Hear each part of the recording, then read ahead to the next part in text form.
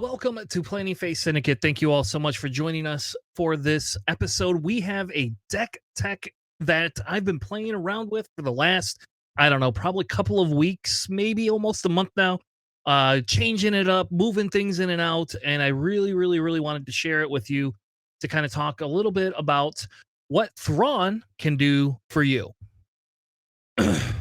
So tonight I have a Thrawn deck tech that I thought was kind of interesting.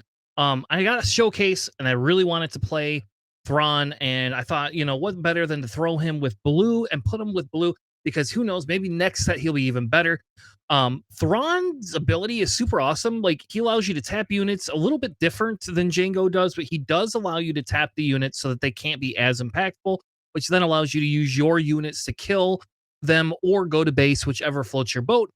I will tell you, this is more of a deck that is what I would call a mid-range slash soft control deck, and that's kind of what its goal is to essentially help stop the flow of damage, plus then be able to put out units in the end game that just will take you off the board. Essentially, with that, they do not have like the ability to kind of come back from this. So I was like, hey, why not throw together a Thrawn deck and see what I can do? So this Thrawn deck, what it does is essentially you get to look at each opponent's card. You're able to write it down. You do have to switch it out for each match with a new piece of paper, but you are able to write it down.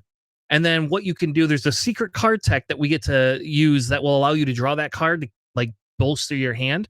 But the big thing here is you being able to tap down one of the units. The idea is that you have the ability to spend a resource, tap something down that costs the same or less as one of the cards, either you or your opponent.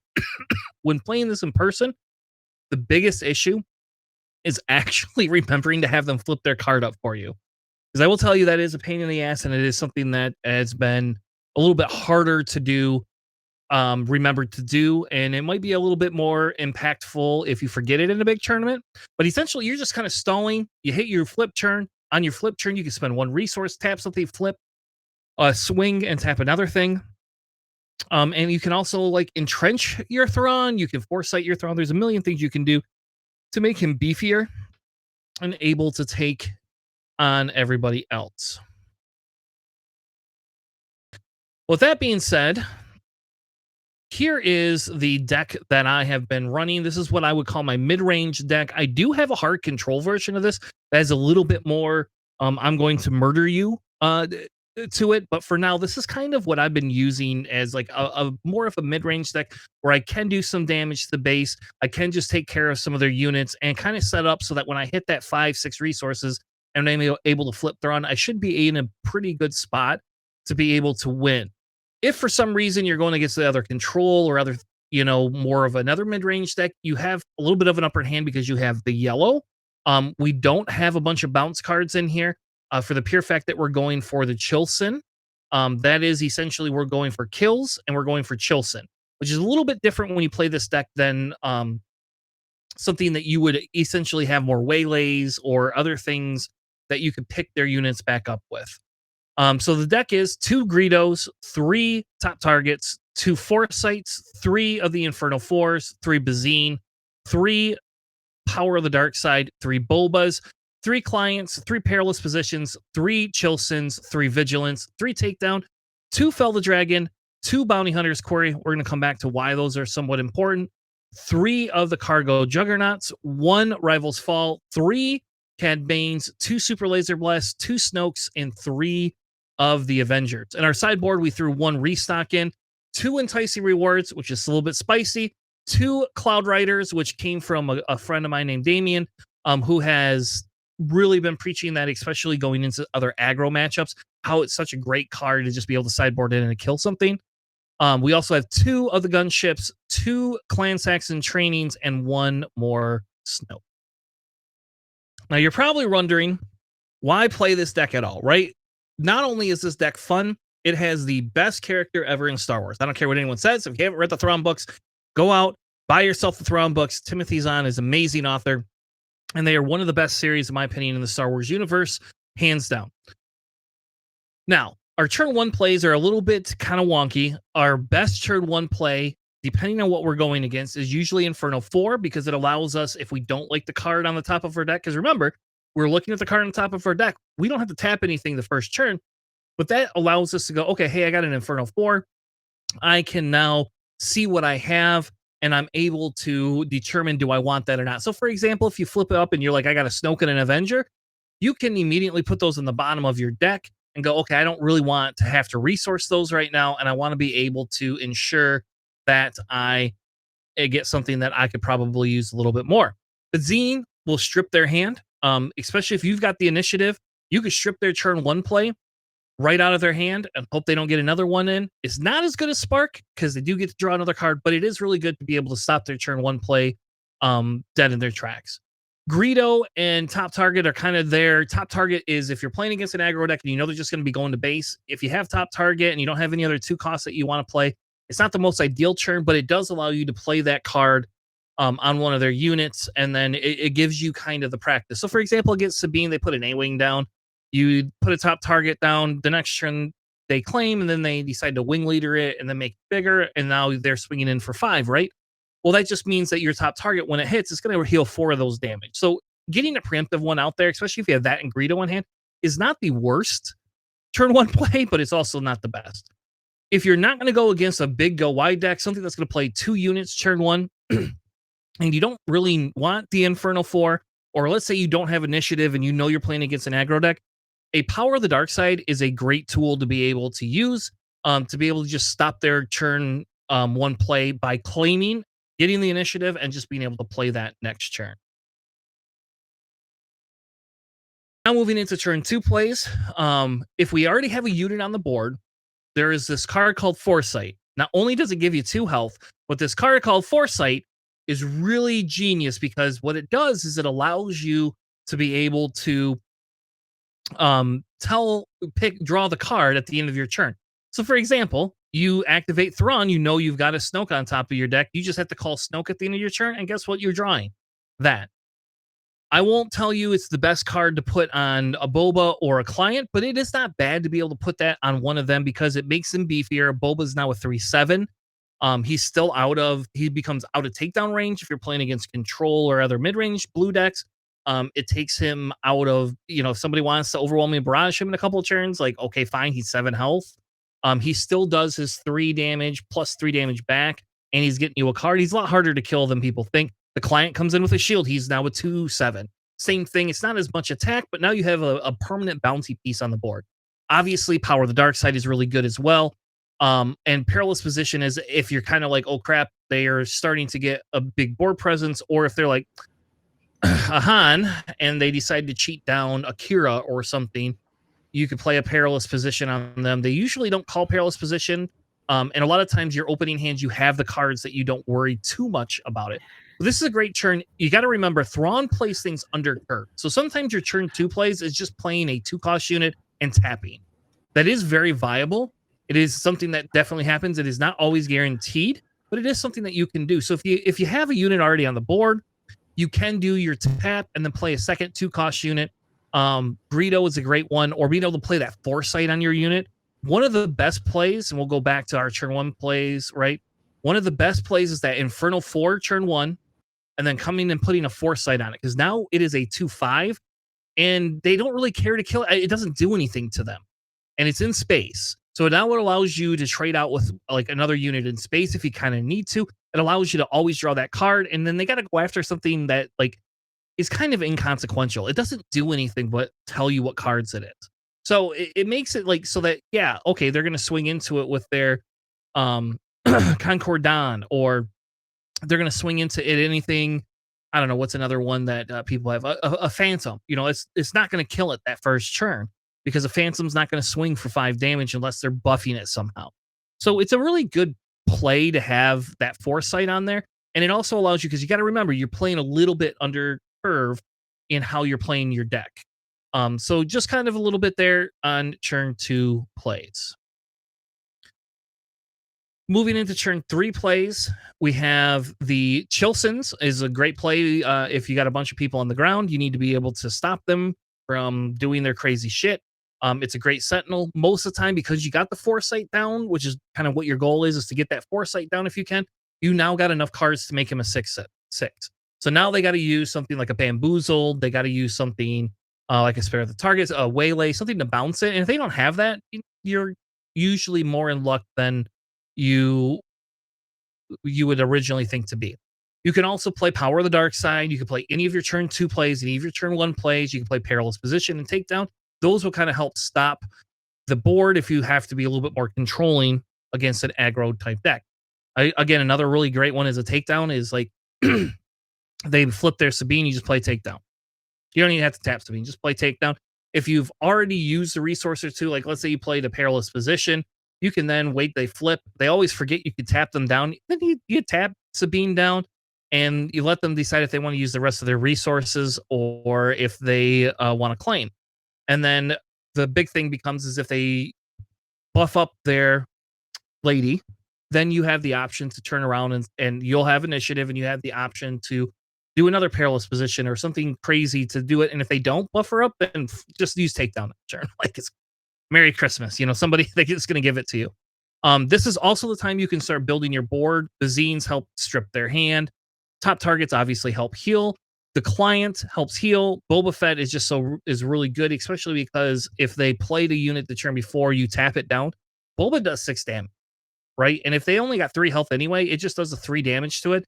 As long as it's something that came in the last turn, Boba just is like super amazing in this deck because we're tapping things all the time. Your Inferno 4 and Greedo are what I would call mid plays if needed. All right, so for your turn 5 play, essentially this is where your flip turn comes in, and it's kind of one of those things where you have a bunch of different options with Thrawn, right? So you have the ability to play Vigilance off the cuff. You have the ability to use your Bounty Hunter crews to kind of just go into them. You have a Rival's Fall if you really need it. You have, again, you could play your Chilsons or you can play your Cargo Juggernauts. Cargo Juggernaut is very good to play if you have another blue unit on the board. So if you have a Chilson already on the board or something crazy like that you've already gotten in there, what that does is that just allows you to heal your 4 and now you got a shielded unit on the ground.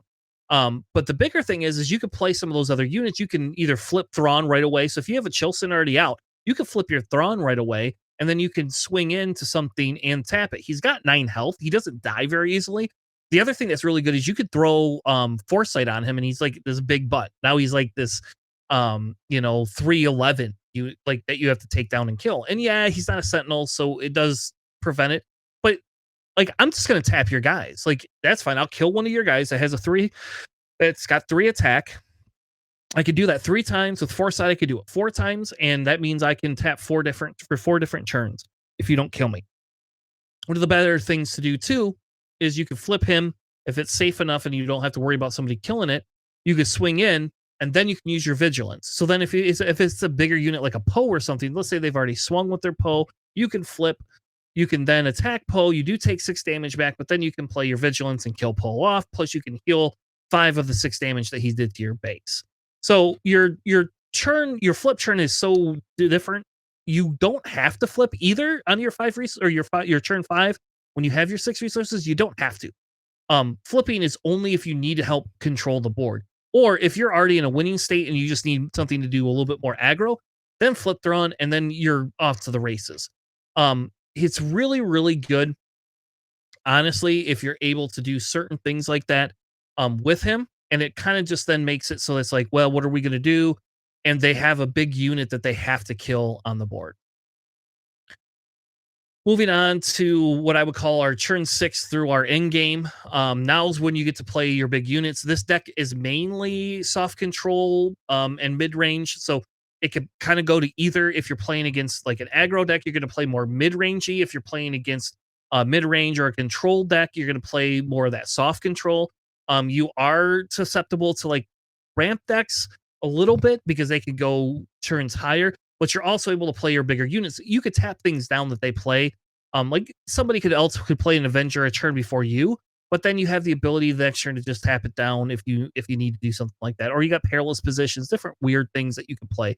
But your end game is really your Cad Banes, your Snoke, your Avenger, and your Chilsons. Those are your end games. Chilson is a great end game because You can make him with the foresight on something else. You can make him the 6/6. You could put foresight on him, and now he's a 6/8. And then he's a sentinel. He helps you swing in. Like, he just swings in. Like, putting the foresight on him means you're probably not going to get the card draw because they have to kill it. But it also means you have a body that can hit for 6, and that's really good with this deck. Being able to stop somebody and then hit for 6 at the same time. Sometimes if I have a couple resources left, even if I have another card to play, if I have a Chilson down and it's full and they drop a Luke or something else that could kill it next turn, I literally will just claim and then be able to swing in with Chilson. Bamboozled and some of those other hero cards that exhaust and return units to hand, or a waylay can be probably somewhat ineffective. But again, if I claim and I get to swing with him and then they waylay him, I have my full resource. I'm just playing him again. I'm just gonna play him again. Like, yeah, whatever. You waylaid. I'm just gonna play it again. If you are playing against like a more hard control or even another soft control deck, Vigilance and Super Laser Blast are great. Your vigilances can be reoccurred because of your unit that we just talked about called the Bounty Hunter. So if we go back to that slide, we have that Bounty Hunter crew against like hard control decks. That Bounty Hunter crew is gold. Like, if you get that in your hand, you could just pick your vigilance back up and mill them again. I have literally played vigilance 5 times in one game because of those stupid things. I used to run 3 of those Bounty Hunter crews, but it's a little harder if you get a bad draw to deal with it. But Vigilance can help mill. Super Laser Blast obviously clears your board, but your end game is to either mill your opponent out using your techniques, or it is to use your bigger units to tempo them out. You have enough small units, you can play a small unit and a bigger unit, so that way if they have a power of the dark side, or like a Poe or a Wrecker or something like that on the one side, you have something on the other side that you can deal with. Usually this deck doesn't go to time. I have not found that I have ever gone to time with this deck. I won't lie and say that it takes a while to get used to, so the very first time you're playing it may take a little bit longer, but if you play this deck a lot, you'll get more used to it, and it might be something that you could get better at. Sideboarding is kind of the last facet here to talk about. We have a few responses based on the type of deck. For aggro decks, you bring in the gunships because the gunships allow you to swing with them. They typically can live a little bit longer. You can put your foresight on them, and it just allows you to be able to kind of move through them. You also bring in Cloud Riders because Cloud Riders are turn 1 can just kill their turn 1. On turn 2, it can kill it. There's a lot of things Cloud Riders are great at, and they're a 2 cost. And then Snoke is another thing you bring in against aggro, because if you can get to that 8 cost turn, you just drop it. They have a hard time getting rid of it. Mid-range, I bring in the Clan Gauntlets, Saxon Gauntlets. I bring those in also into aggro. If I'm facing off a triple Dark Raid deck, I'll bring those in because I can use those. Triple Dark Raid doesn't scare me as much, just for the pure fact that if they play that unit, as long as you haven't used Thrawn that turn, then you know that you can tap it down. And what I will do is I'll mess with my opponent sometimes. Sometimes I will tap down something smaller with Thrawn. On a turn before that, I think their triple Dark Raid will come out, and then I will like wait and hold him, and then be like, yeah, you either play it or not play it. And if you do, I'm just tapping whatever unit you have. Ruthless Raiders are a little sucky because they still do the 2 damage when they come in, but not being able to swing is super awesome with them.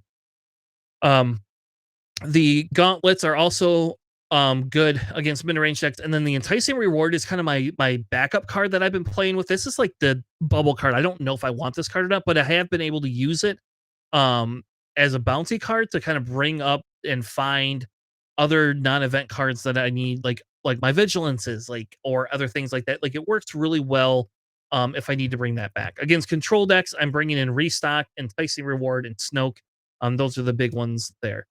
This sideboard is my style. You can change your sideboard based on however you feel you want to. There's probably other cards out there that are really good that could be brought in that I'm just not thinking of, or other things because you're already running Top Target's main deck. I didn't feel you needed the third one, the other one in here. I just feel that this is a good enough sideboard. But if you want, let me know in the comment section and tell me what cards you would bring in into your sideboard. Talk strengths and weaknesses pretty quick. This is an easy one. Aggro decks, they're a headache. Very hard to beat an aggro deck. The ECL, being able to ECL out up to 6 costs is such dirtiness that it's really hard to stay under your health. Um, we got last week a new base that gives us 35 health. I like it. I think that's probably going to be something that becomes part of this Thrawn deck and can be easily played with it. Um, Hand hate decks are also a little bit of a weakness. It's not as much because we have foresight, but if they do figure what the foresight does out fast enough, they could kill your unit with foresight on it early and then pillage you the next turn. But the Bazines can help counter that. So against like hand hate decks, I'm mulliganing pretty hard for a foresight and for a Bazine, so that I can take the Bazine. I don't play the Bazine typically that turn one, unless I know they're going to spark me. If they're going to spark of the rebellion me and strip my Bazine, then I play it, and I let them use the spark of hope on something or spark of rebellion on something else. I will take their pillage if that's what they have, or a force throw, or a Grogu, or something stupid. Um, this deck does have a problem closing against ramp decks. Sometimes it's not unwinnable, but ramp decks, if they ramp really, really hard, you have a hard time matching pace with it. But you do still get the tap, so it's not always the end of the world. You don't have as much high end. We could go with a little bit more of a higher end deck, but you are able to still tap things down. And it is still super fun to play. Bazines can still spike their ramp cards, which is really what you're doing. So like if they're a big ramp deck, you look in there, you go, oh, I don't want you to have that ramp card, and you dump it into their side. If they draw another one, what are you gonna do? Strengths of this deck. Well, the strength of this deck is super fun to play. There you go. Now, just kidding. I actually really enjoyed this. I've taken this to short throwdowns. I really feel that this deck is good at knowing what your opponent's going to play next, so you're able to kind of plan ahead. Thrawn's my favorite character. He is big into that area, so like that's one of the big things that you see with him in the shows. So being able to look at other people's decks is better. It would have been better if they let me rearrange their deck. That would be even better. But we we'll move on from that point of it, because that's not obviously part of what he can do. But he is very good at knowing what they're going to play. So you're able to actually plan ahead. So if you're really good at knowing the lines of play for your opponent, this deck is great. I have literally vigilance different times where like I played against a Yoda deck, and I know that I knew they had a Luke on there. They then do their Yoda thing. They pull Luke out. They're going to either put Luke back on top so they can use their "You're my only hope," or they're going to put some other crappy card on there and they're going to keep their Luke that they want to play. So then what I do is I will then just strip that deck right away, and it becomes really imperative. Vigilance discards the cards because you know what they see. I will hold vigilances till later if I need to.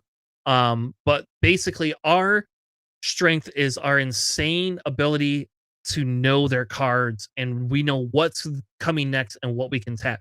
You know when a Poe is going to be ECL. Do you know when they're getting a wrecker? You don't know their 4 cards for the first hand unless you got a Bazine.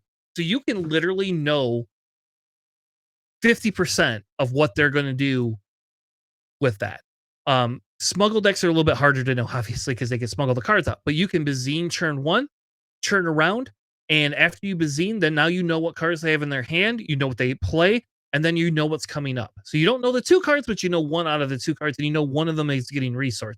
So you can make a deduction based on what they're doing, how it's going to go for what they have. So like if you know that there's a loop there and it's like turn 2, you know they're probably resourcing that loop. Um, so yeah, the last thing is just kind of what is your game plan? Again, against aggro, it's essentially stalling and healing. That's the biggest thing. Mid range is typically some of the easier matchups because you're kind of going toe to toe, and it's going to come down to how you play your end units. You get the advantage because you can tap as long as you have good cards to tap with. I will sometimes hold Thrawn in mid range matchups till the very end.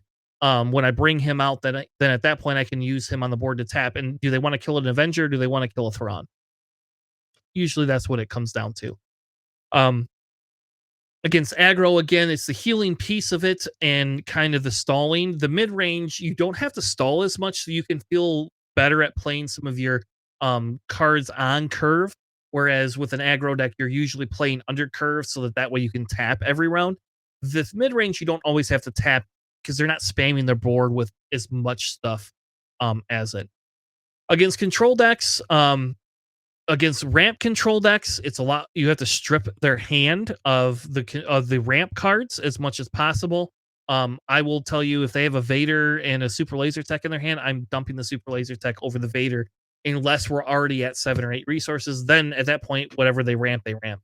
Um, you don't worry as much about Relentless coming down because you don't play that many events. Like, your end game is to not mill them out all the time.